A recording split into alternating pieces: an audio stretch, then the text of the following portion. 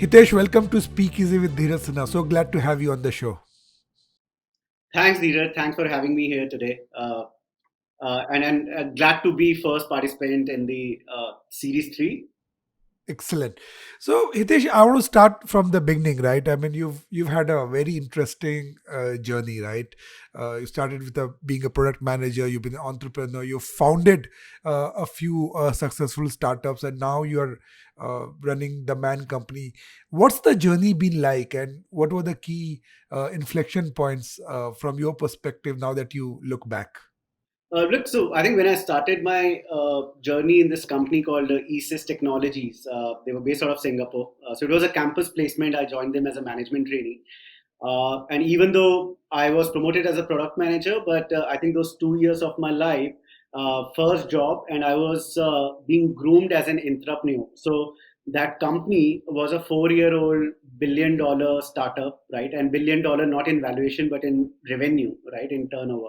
And then very small team. I mean, 70, 80 odd people team in the corporate office in Singapore. And every day, I used to be the first one to get into the office at 9 o'clock and last one to leave the office at 1 o'clock in the night, along with the founder, right? So I think that kind of, I would say, probably sowed the seed of entrepreneurship in my blood, right? I was too excited to kind of build my own stuff. After 2 years working with ESIS, I had to kind of move back to India for personal reasons and ended up joining a friend's startup in online advertising space. This was Quasar Media, right? And I Yeah. was the third person to join them, and I didn't know anything about online advertising or how Google makes money. Spent first 2-3 months just understanding the affiliate model that Booking.com and few others were doing, and how Google was making money in US. In India, they didn't have an office back then. So started working on some of the clients like Make My Trip, India Time Shopping, eBay, etc. So I think again there I was responsible to set up India's first contextual advertising network, which was Tyro. Considering I was not coming from that background, to learn and then build a team and then build a product like that was not easy. It was challenging, but again I think I was working more as an entrepreneur without any risk of investment, right? So I would say I think first 4 years of my professional life I was working more as an entrepreneur than an entrepreneur. But I Yeah. think that sowed the seed for me to be an entrepreneur in 2009 when I started my first venture, Let's Buy. And what happened with List Buy? How was your experience there? I started Let's Buy in 2009, and one of the reasons was when I was working with the ESIS, we were dealing with a lot of companies like HP, Apple, Samsung, and I think what I realized was that even though Apple was doing $1 billion revenue from Apple.com back then, right? In Singapore, e-commerce was catching up like anything. But in India, still, I think there were portals like eBay and India Time Shopping, but they were selling everything. I mean, from new products to second-hand products. And for a customer, it was very difficult to trust these platforms, especially when you're buying a high-ticket price item like mobile phone or laptop, right? As a result, a lot of brands also didn't want to associate directly with these platforms because they thought that they'll probably lose the credibility, right? Or it's very difficult to stand out if you're selling new products along with the refurbished products. So I think wanted to create a platform which is highly trusted by the customers because it is backed by the brands directly, right? And that's what the idea behind Let's Buy was to create a trustworthy platform selling three C's like I mean communication, computer and peripherals, Mm. etc. Uh, uh, which are authentic, direct by the manufacturer, and verified by the Let's Buy team, right? So everything being shipped out from our warehouse to the end customer, so that you can trust the buy that you are making. So started with a bang. I think it was a bootstrap venture. Invested all my savings of I mean 4 years and borrowed some capital from my parents. My father had just got retired. I remember borrowing 20-25 lakhs from him, from his retirement money. Bootstrapped it for almost 1.5 years. Took it Yeah. to like 70-80 lakhs monthly revenue, but profitable, highly profitable, 15-18% net margin. In 2010, I ended up raising Series A from three venture capital firms, which were Tiger Global, Axel Partners, and Helion. And this was also an interesting journey because in June 2010, I got a cold call from this guy called Leaf Excel, and he wanted to understand what we were doing. I didn't know anything about Leaf Excel or Tiger Global back then, and he said, I'm investor in Make My Trip, and I've just written a check in Just Dial. But I tried googling him while talking to him over a phone, but I couldn't find anything. So after putting down the call, I spoke to one of the founders, co-founders of Make My Trip, Sachin, who was my client when I was working with Quasar, and he told me he's a big shot guy. But yeah, so I think Lee was traveling to India. He visited our office and he said, "Yeah, you're too small for me. Why don't let me introduce you to Axel guys? You raise money Yeah. from them, and then I'll probably come in the next round." So he, in fact, introduced us to Prashant and Subrato at Axel. And when obviously, I mean, we had started the process of raising like 4 million from Axel and Helion, and by the time we closed the term sheet, Lee said, "Look, your growth in 6 months have been exciting, so let me also participate." So he Wow. also participated. So yeah, so I think raised 6 odd million. Got Amanpreet on board as a co-founder. Amanpreet was my college friend. He now heads Airbnb in Southeast Asia and India. We scaled up from 70 lakhs monthly revenue, 13 odd people team, to almost 350 crore annual run rate, Wow. more than 400 odd people team in a year's time, right? So I think in the electronics category, we were the largest. So Flipkart decided to get into the category, and Flipkart had raised a lot more capital. They had raised $100 million from Tiger Global in those 1 year. So we almost ended up raising our Series B, but there were few, I think, difficult incidences, and one of the investor kind of backed out. So we went through a very quick, and we were in a high burn, high growth mode, Yeah. right? I mean, scaling up almost 300, 400% in a year's time. So it wasn't that easy moment, and that's when I think we were talking to Lee again and figuring out what to do next. Should we cut down the team, cut down the expense, slow down the growth, or I mean, whether he's willing to kind of put in more check. And he said, "Why don't you talk to Sachin and Binny? They are in Delhi today, and Yeah. Lee was in Delhi for a board meeting. And see, I mean, if you guys want to do something together, because me investing 100 million in Flipkart and 50 million in Let's Buy, and both to burn capital to get growth, I would rather do in one company and do it." That's when we met Sachin Bini, and I think over a dinner we decided that let's have a deal and let's do it together. So I think it was a short 2.5 year old stint, but very proud of it. What Yeah. we And built. sounds like a good exit. Yeah, so yeah, good exit. If you look at the hindsight, I think I would have loved to have more equity swap than the cash Yeah. deal, because I think after that, I mean, that time Flipkart was valued at $1 billion, right? And obviously, I mean, they scaled it up to 17 billion in what, 4 or 5 years. But yes, I think more than a good exit, I think it was a roller coaster ride with a lot of learning for both me and Amanpreet. Excellent. Superb. That's quite a story. So Hitesh, how did you start thinking about men grooming, right? I mean, I have spent a lot of time working on personal care brands across the board. Did a lot of work with Marico, P&G, Unilever, and almost everybody was scared of putting money into the men's segment, right? It's too small, too niche, too early. I mean, you present an idea for women, another fairness cream or another moisturizing cream, everybody will lap it up, but nobody wanted to touch this segment, right? Everybody was waiting to watch and how this shapes up. So, how did men grooming as a category happen to you, and what did you think getting into it?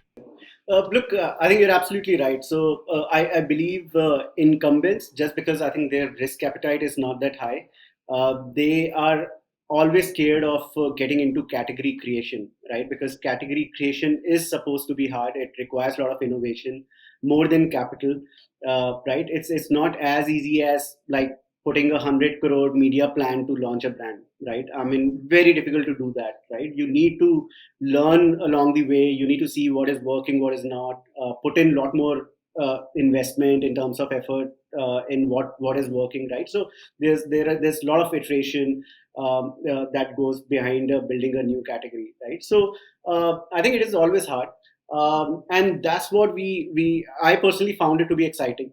So when I started Let's Buy, no one was selling these gadgets, authentic gadgets online, right? So I and forget about the investors, but when I started talking to people at Samsung, HP, Apple in India, they said, yeah, India may, I mean, no one will buy the gadgets, I mean, 10,000, 12,000 rupees online, right? Well, they'll buy second-hand products, refurbish on eBay or India Times. That's good enough, right? So it took me so much time and effort to convince these guys to open up their online channel in India, right? So I think I had the same excitement when we decided to work on men's grooming.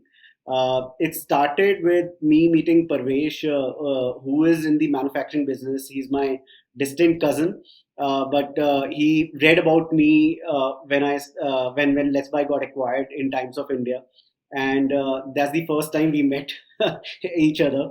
And I was pretty excited with his journey of starting. I mean, going to Moscow to do MBBS and then getting into packaging and manufacturing business. And back then, he was setting up his factory in India, but otherwise, he was working with most of the leading FMCG and perfume brands globally, right? So when we started evaluating, and someone who is working on the back end always have this wish of creating his own brand, right? So the discussion started from there. And I think the most exciting piece for me was that in electronics, which I was selling, the gross margin were 15-20%, right? And here it was the other way around, so gross margins were 70-80%, right? So that was the starting point, because I knew that I want to build something where VC money doesn't become oxygen for my business, right? But when we started getting more deeper into the category, we figured out that there are hundreds and thousands of brands catering to women, right? Be it skincare, hair color, beauty, color cosmetics, right? Across the different spaces, I think there are hundreds of brands. But when it came to men, there was one or two kind of products which are like, I mean, face wash, or I think a lot of brands were spending money on deodorants, and these were a lot of new brands like Wildstone, etc., Fog back then as well. But no one was selling the complete range of products specifically for men. It was primarily the women focused brand who had one or two variants for men, right? And these were like face washes or anti dandruff shampoo, etc., or fairness cream. And second, no one was talking to the millennial men in the language that they understand. So we figured out that as men, we have started visiting the salon a lot more often, right? We are getting a lot more fitness conscious, a lot more look conscious. Thanks to social media, we want to put our best foot forward, right? So the overall consumption was increasing, but in probably my friend circle, a lot of people were buying the products when they were traveling overseas. But when I started talking to my younger cousins, they said, look, this is nothing. I mean, we use the same product that is being bought by either the wife or the lady of the house, right? I mean, mother, wife, girlfriend, right? Sister. So they were using the same products because there was no option available. So even though I think when we started mapping out the market, it was coming out that it's primarily the deodorant market, because there was no study conducted for men's grooming as such. Hardly any products were available. So it was very difficult to kind of map out the market and work on a business plan based on that mapping. But I think there was a very strong intuition, very strong gut feel that yes, this market will have to make a lot of effort to create this market.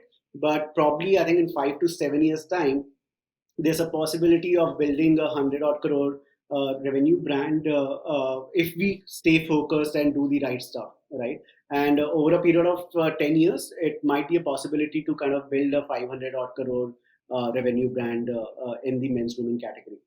So that's what we did. I think that was the starting point, and I think Touchwood, we have been on track. So whatever we had projected when we were starting out, we are closing this year at almost 100 crore plus revenue. Next year, we are targeting 225 crore revenue, and hopefully, I think by 10th year, we should be touching 500 crore. No, that's awesome. And how deep do you think this change is, right? I mean, one thing for sure we observe is that, one fundamental shift has happened is in the mating market as well, right? I mean, say about 2 decades ago, men were kind of entitled, and they were in a position where they didn't need to do much as far as they had a engineering degree or a is job or whatever, right? But that market has changed as well, right? This fear of rejection, right? You have to put up your profile on shadi.com and either get accepted or rejected or tender depending on where you are. But how deep do you think this trend or pattern is of men taking to grooming? Is it just urban millennials, or do you see this going down? Where are your consumers coming from, and how deep do you think this is going right now? I'll be very honest. I think when we started the brand in 2015, we were building a lifestyle brand, men's grooming lifestyle brand for urban millennials, right? Because we thought that that's what the market is. I mean, these would be the men who are highly aspirational, who are well traveled, well aware, and they will be spending money on their personal care a lot more. That's why I think if you look at the brand, look at the product feel, it's highly sophisticated, highly aspirational, highly premium. But I think when we launched on our website in 2015, even after 6 months, we could figure out that 30% of our orders were coming from tier 2 and 3 cities, right? And people in tier 2 and 3 cities, I mean, the ticket price was almost 1.5x of what men in, let's say, Delhi, Bombay, Bangalore were spending, right? So they were buying in bulk, so which was exciting enough. And I think since then, yes, we when we started selling on Flipkart, Amazon, we realized that the share of our consumers in tier 2 and 3 is even increasing further, right? And 3.5 years back, when we decided to launch the brand offline through some of the LFR players like Shopper Stop, Central, Lifestyle. So there, the best performing stores for us were in cities like Lucknow, Kanpur, Jaipur, Ajmer, right? So these cities were doing way better than Delhi, Bombay, Bangalore, right? And that gave us a very good insight. I think thanks to social media, whatever content you are consuming, right, is pretty much same, right? Whether you are in any part of India, it doesn't matter whether you are in metro or tier two city, right? So you're consuming the same content, and as a result, the aspirational value is even higher in tier 2 and 3 cities because accessibility is an issue there, right? So you want to, if let's say any influencer is talking about a certain product, you want to own that product, right? But since it is not easily available at a kirana store near you, you probably log on to online, or whenever you're traveling to, let's say, going to Shopper Stop Central, which is like a destination mall in most of these tier 2 cities, you end up buying the aspirational products. So I think since then, yes, even as part of our strategy, we have been focusing a lot more to build the trust and credibility in tier 2 and 3 cities in India. And as on today, almost 45% of our business comes from there.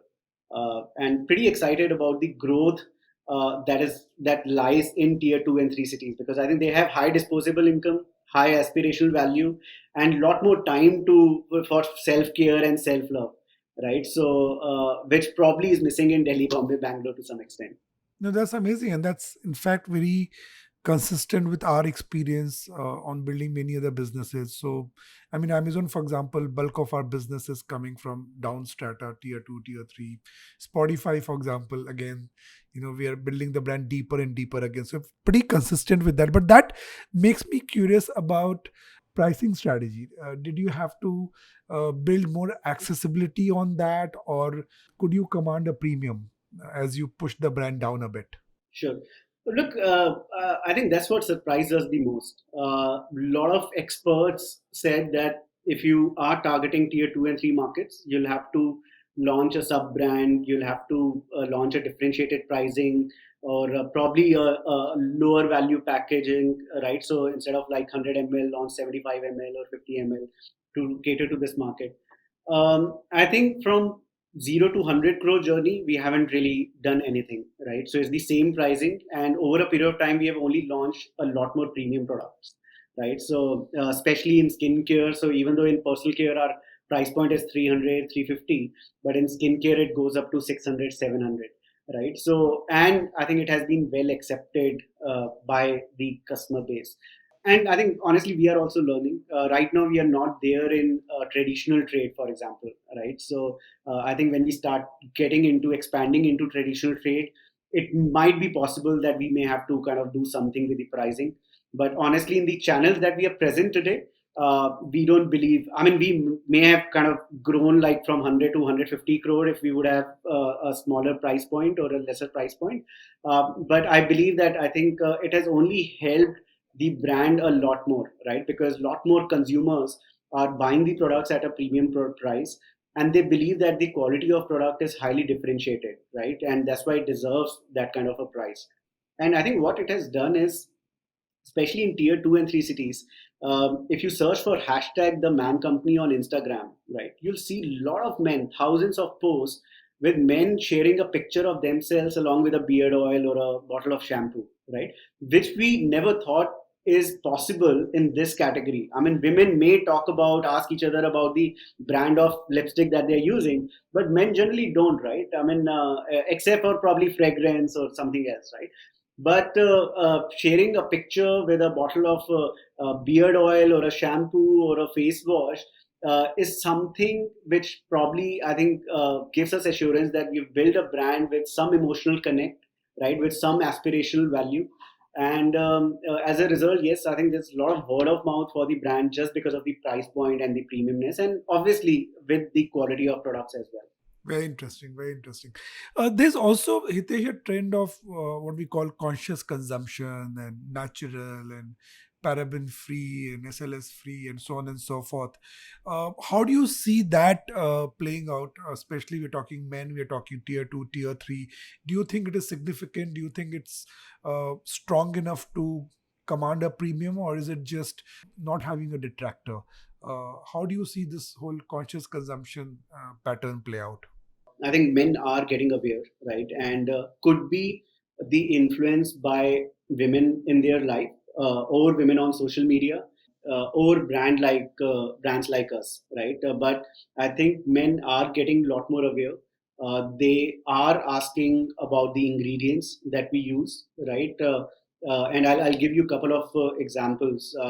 So we had launched this vitamin C serum a couple of years back, and a lot of brands have been endorsing 20% vitamin C, and we have been endorsing 40% vitamin C because the concentration of vitamin C in that product is pretty high. Because we realize that for I mean, men's skin is obviously thicker, right? So it requires a lot more hydration, and the product has to be really effective.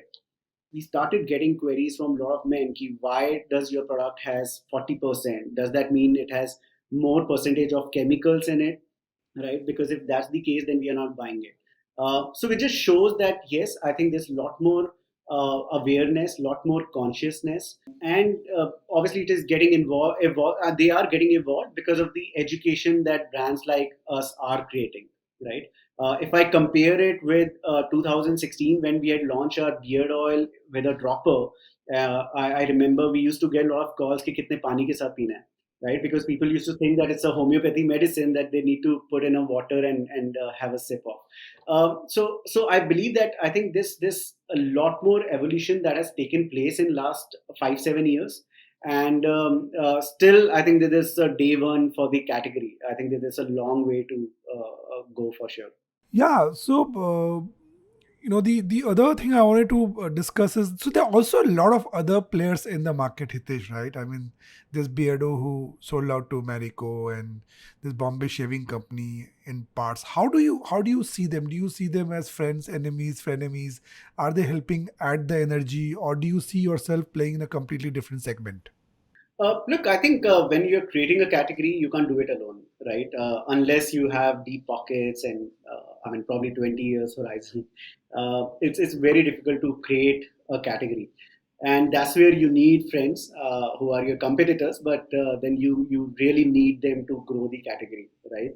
And I think what we have seen is that. Thanks to all of us, I mean, 4 or 5 of us, right, who started this journey almost together in a year's time, thanks to all of us, I think a lot of incumbents also kind of got a strong knock on their door, "Okay, yeah, you need to do something in this category," right?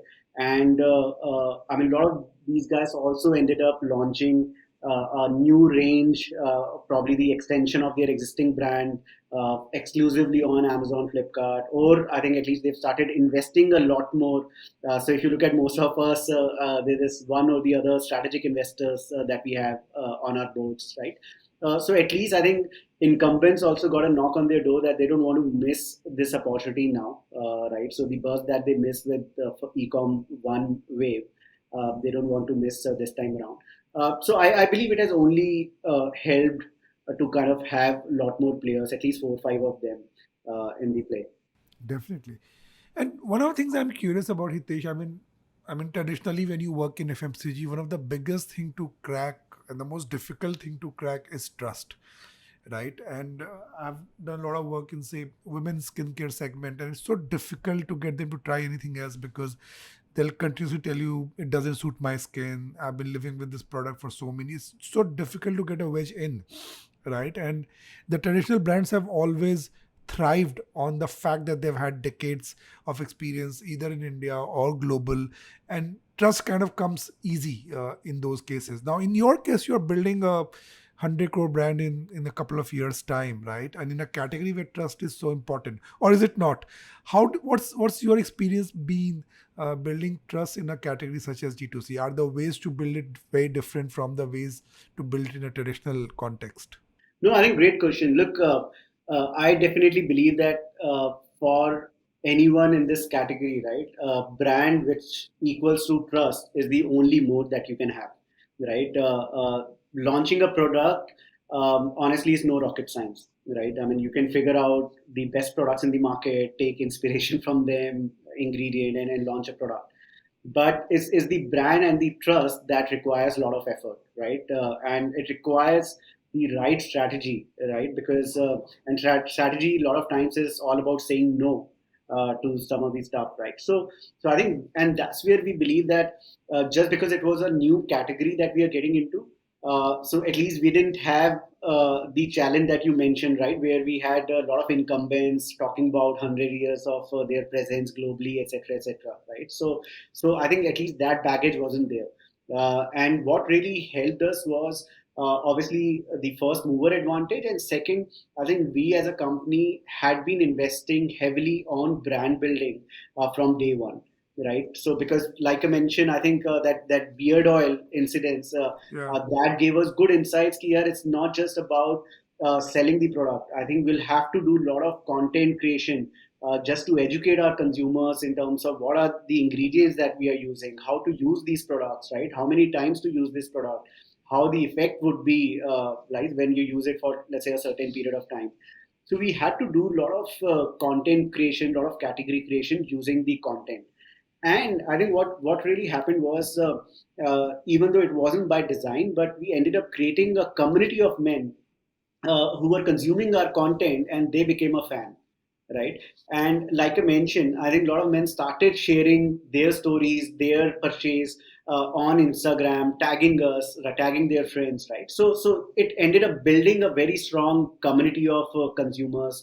I would say community of evangelists for the brand, right? Without we really intending to go in that direction, but still it helped because we were just doing the right stuff. And lot of consumers, when we did this survey 3 years back, more of a focus group, a lot of consumers, not just of our brand but also our competitors, or I mean who were not even consuming any men's grooming brand, they attach certain values to the man company. So these were like premium, authentic, and highly innovative, right? And we believe that probably the mix of these three values is what kind of helped us in building the brand that we are today, right? And then obviously over a period of time, we've always, I think, aspire to have an emotional connect with the consumer, right? Because once you have that emotional connect, then I think men probably are difficult to convince, but once they are convinced, the switch for different brands is very difficult, right? For men, because they are a lazy lot, right? I mean, and this category is not highly indulgent, right? I mean, they'll probably spend a lot more time in choosing the probably a brand of shirt or whatever. But I think when it comes to personal care, we have seen that if you're hooked to one brand and you're really happy with the brand, the product, the efficacy, it's very hard for you to try something else. And if you look at the hierarchy, it's always like, I mean, you'll move from mass to mass premium to premium to luxury, right? I mean, that's the journey that you follow as a consumer.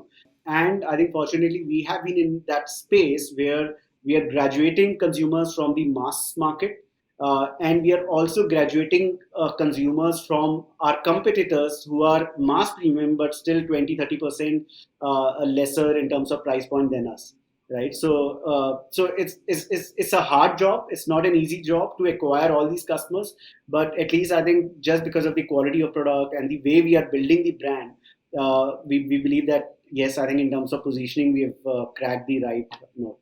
Almost looks like going back to basics, right? Educating, building the community, how to, which in fact has also been our learning. I mean, in fact, one of the theories at Leo Burnett we've developed is we're saying in markets such as India, especially when you're creating new categories more often than not, right? It's relevance which is more important than differentiation, right? Far too often we start chasing, oh, how am I different from somebody else? Whereas what you need to focus on is how do you build deeper relevance, better connect, educate your consumers about what impact you can bring in their lives. And I see that those are your principles as well while you're building this brand and business. What do you see, Hitesh, has been the role of technology, right? Obviously, you're D2C brand, so you use social media more and technology, etc. But how do you think technology has changed the game for you versus, say, traditional players? I mean, early in one of the seasons, we were talking to some other speakers, and one of the things which came out was in traditional FMCG business, right? You research a product for a year, your whole funnel is at least a 3 year long funnel, the NPD funnel for one product. Whereas in D2C, it's all about how many new SKUs, how many new products can you launch. It's all about generating energy and excitement through the NPD funnel rather than playing safe with a 3 year cycle. So, how do you think technology has made the game different for you? Yeah. No, no, I think we are what we are, and not just like Man Company, but I think the D2C space in India is mainly because of technology, right? And I would include social media in the technology ecosystem as well. Because let's say 10 years back, if someone had to start a D2C brand, and a lot of people started, right? If you remember, I think brands like Free Culture, Zoe, they started way back in 2011, 12, right? It was way too expensive to build an online brand back then, because it was very difficult to create content. It was very difficult to, I mean, even if you create content, how do you distribute content, right? And I'm talking about the period when there was no Instagram, right? And YouTube was not that popular. So hard to believe what has changed in last 10 years. But it was really, really hard, right? I mean, even Facebook, I know when we were running Let's Buy, Facebook was hadn't started advertising, right? So it was mainly through Google or some of the publishers that you were working with. So obviously, I think the landscape has evolved over a period of time, and that has only helped D2C brands. So there are two advantages that I see. One, I think using the tech platforms, it's lot more easier to work with someone like Shopify to launch your own store online, right? And Shopify has this whole ecosystem where you can just plug in the apps based on your requirement. So we as a company don't have a single tech resource in house. So we've got the product managers, and they are, I mean, and there's a tech agency that we work with. But it's so easy. I think Shopify has made the life so easy for any e-commerce company or digital brand. Second, I think the social media, like I mentioned, it's a lot more easier to create content that can go viral, right, and get you a lot of awareness. And it's a lot more easier to create a community around the content and the brand that you're building, right? Which wasn't possible early on, right? So a lot of incumbents, and if you look at the traditional brands, even in the beauty category, I think they're still stuck at 150, 200, 250 crore revenue, right? Even after being there for 15 years, 20 years, right? That has completely changed, right? And today, I mean, if you look at some of the brands like Mama, for example, right? I mean, they'll be hitting like 700, 800, or probably 1,000 crore revenue in 5 years, right? Which is an amazing story. And I think so is brands in men's grooming, be it us or Beardo, right? I mean, probably I think we've taken a couple of years more to get to a certain value, but still, I think today it is possible to build 100 crore brand in 2, 3, 4 years, right? Which was not possible when you were just focusing on traditional trade and offline channel, offline distribution, because there you had to invest so much in hiring people, getting the distributors, getting the credit terms, etc., etc. Right? So it was way more harder. And obviously, I think thanks to technology, the overall gestation period to launch a brand to get to a certain scale, I think that period has shortened up. And like you mentioned, I think even the NPD cycle, because I think the another mode apart from the brand that we guys sit on is the data, right? I mean, we sit on so much consumer data. I mean, today we have almost 1.3, 1.4 million consumers who would have transacted on our own platform.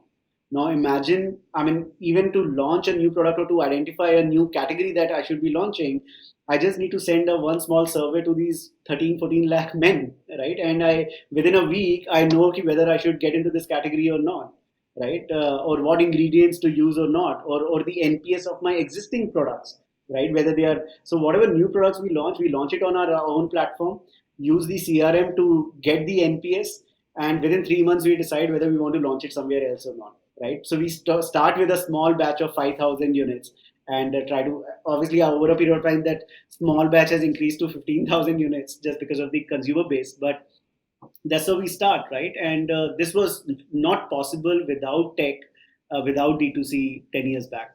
Yeah, this is amazing because otherwise you would do a test market, and the test market conditions would be so different from a real condition, and the learnings would be so limited. This is amazing.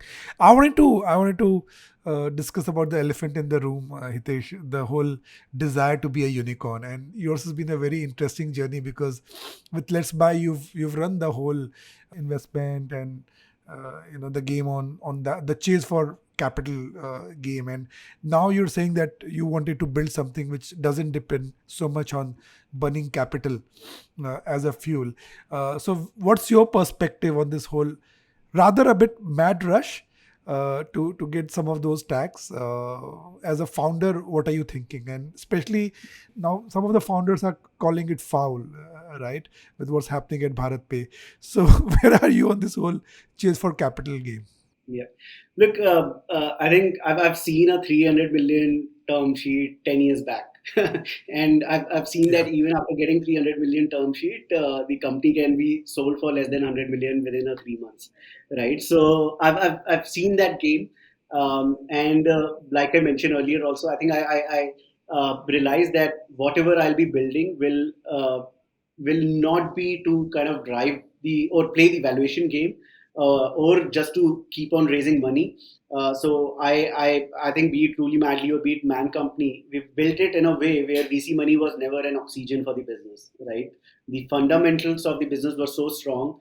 Even if you look at the Man Company, I think in 7 years of existence, we have only raised $10 million, right, or slightly less than $10 million. So in terms of efficiency, we would probably be right there at the top in the overall D2C ecosystem, right? Because and in terms of brand, I think we would be there among top five, right? In terms of brand recall and how we have created a premium brand, right? So I believe that money, yes, I think for technology business can become a moat, but I think you need to be very sure of the fundamentals of the business, right? Valuation, yes, I think we've seen players who have kind of bootstrapped for 10, 15 years and they raise Series A at $1 billion valuation as well, right? In the SaaS play, etc. But I believe that's the right way to do it, right? So the valuation will come. Obviously, it's important. Valuation is important to give an exit to your employees, your investors, angel investors, etc. But that should not be the driving factor to build a business. I think to build a business, you need to have few elements in place which are like purpose and ethics and fundamentals. And if you kind of obviously get the momentum, I mean, keep on working on the momentum, you end up hitting the scale where you may get a right valuation and Sunicorn or a unicorn may happen, but that should not be the objective, honestly. Yeah, But that's that from my experience. But today I meet a lot of 25-year-olds, so and their only aspiration is to build a unicorn before they turn 30. So, so Yeah. yeah, so there's nothing wrong in it. I think they have a higher risk appetite, and as long as they're choosing the market right, doing the right stuff, yes. Yeah, and it's kind of becoming a flavor. I wanted to. The other thing I'm very curious about in general, Hitesh, is the role of failures in driving success, right? And I mean, I've learned a lot from my failures, and I wanted to talk with you on: are there any significant challenges you face, failures you face, which have been pivotal in your journey, in your life, and what could all of us learn from that part of your journey? Yeah. No, I think quite a lot of them. So I think startup is always a roller coaster life, right? And I remember when I met Amanpreet, who was my co-founder at Let's Buy, for the first time. I mean, I was already a year into Let's Buy, and he was working with ENY, and he was getting married, and he said, "Yeah, I'm a bit jittery to join a startup till the time we raise Series A because I'm just getting married, have a kind of ENY job and all of that." So he was jittery, and I told him, look, I completely understand because even if we get Series A funding, every day will be a new challenge, right? And you have to be prepared for it. So just think about it and then join. And I think even when we exited, I mean, he said, "Yeah, you're absolutely right." Because I thought that Series A ho gaya, and we've got Tiger Axelion on board. Now I think life will be very smooth. But every day was a new challenge, right? Be it in respect to team, building the right team, getting a new warehouse, technology challenges, right? So every day in a startup is something new because I mean you're growing at a very very fast pace, right? And you're breaking things everywhere. So yeah, so I think a lot of failures, a lot of learnings as well. I would say I think the person that I am today is because of the failures I've had. Right, be it in terms of like I mentioned, I mean getting a $300 million term sheet 10 years back, to selling off the company for sub 100 million, to launching something like Truly Madly, which was again a disruption and got an amazing start. So, few million installs within a few months of launch, right? Then to figuring out that someone like Tinder can disrupt your game as well, right? So I think yes, a lot of learnings there. But I believe that I think when you become an entrepreneur, you get it in your blood, right? And it's very difficult to get that part of you out of your life, right? So and that's what has happened. So I know that I'll be and remain an entrepreneur for rest of my life, and I'll keep trying things here. I think a good thing about failure is that you need to take a deep breath. You need to realize what you've learned from there and not repeat it, and move on, show up next day. Yeah, yeah. I mean, I was reading the other day. The whole idea is kick the ball in front of you, right? Exactly. Forget what happened last. And what, Hitesh, what would you tell a lot of young people listen to our podcast, right? A lot of them nowadays want to do a startup in D2C brands because that's again a flavor of the times. What are two or three granular insights or suggestions you would give to them? It's very difficult to give insights to youngsters. In fact, I think that there's a saying in our group that each one of us need a 17-year-old mentor and get insights from them, right? What to understand metaverse, to crypto, to NFT, to whatsoever, right? Because I believe that that's where the future is. But look, I think if someone is interested in building a digitally native brand, I would say start investing on brand from day one, right? Don't just rely on performance marketing कि Facebook पे इतना पैसा खर्च कर दिया, इतना revenue आ गया, right? Because in short term, that's exciting because you see the scale, but you are probably compromising on certain fundamentals of the business, right? And the cohort of customer that you'll be building by just acquiring the customer by pushing him an ad will be very, very different than the customer who will come through a pull, right? So I think it makes sense to start investing on brand building from day one. Second, I think it definitely makes sense to focus on unit economics. You need to have a high gross margin, at least 65-70% gross margin business to kind of build a strong digital native brand. Third, don't wait for long to get into offline, right? Expose yourself to offline. So even if you're not going the I mean, full blown way, but at least expose the brand offline to test market it, see what is working, what is not. Because a lot of times it happens that you end up getting the transactions on Amazon and Flipkart, but you are so disconnected with the consumer, right? What is he expecting? Who is he? Because Flipkart and Amazon doesn't share that data, right? So it's very important to have even if a kiosk in a certain mall and interact a lot with your consumer. I think these are some of the things that we have learned from the Man Company journey till now. And I strongly believe that these are some of the reasons we have built very, very strong fundamentals in the business as well. That's really really deep and really helpful, Hitesh. Thank you so much for this conversation, an amazing conversation. And at this point in time, we turn the mic around, Hitesh. You get to ask me questions and grill me. Hopefully, I wasn't as rough on you. Yeah. No, no, I think I should have a kind of at least 5 minutes to grill you around. So, yes, so I think I'll probably ask you 4 or 5 questions. First one is, do you follow a grooming regime? I mean, I do so, but I have to say that largely recommended by my salon guys. So I do use a grooming product, some kind of a hair wax and so on and so forth. Sometimes they suggest me some hair oil that I used to use for a few drops, but I'm off and on with some of them. But some basic grooming, yes, I do use it largely.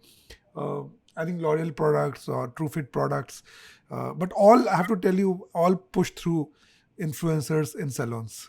Great, great, great. No, I think we need to make you at least experience the Man Company products as well. Yes, So, definitely. I saw it. I saw it in the salon, and I'll pick it up. Definitely. sure, sure. Yeah, yeah. How do you define today's gentleman?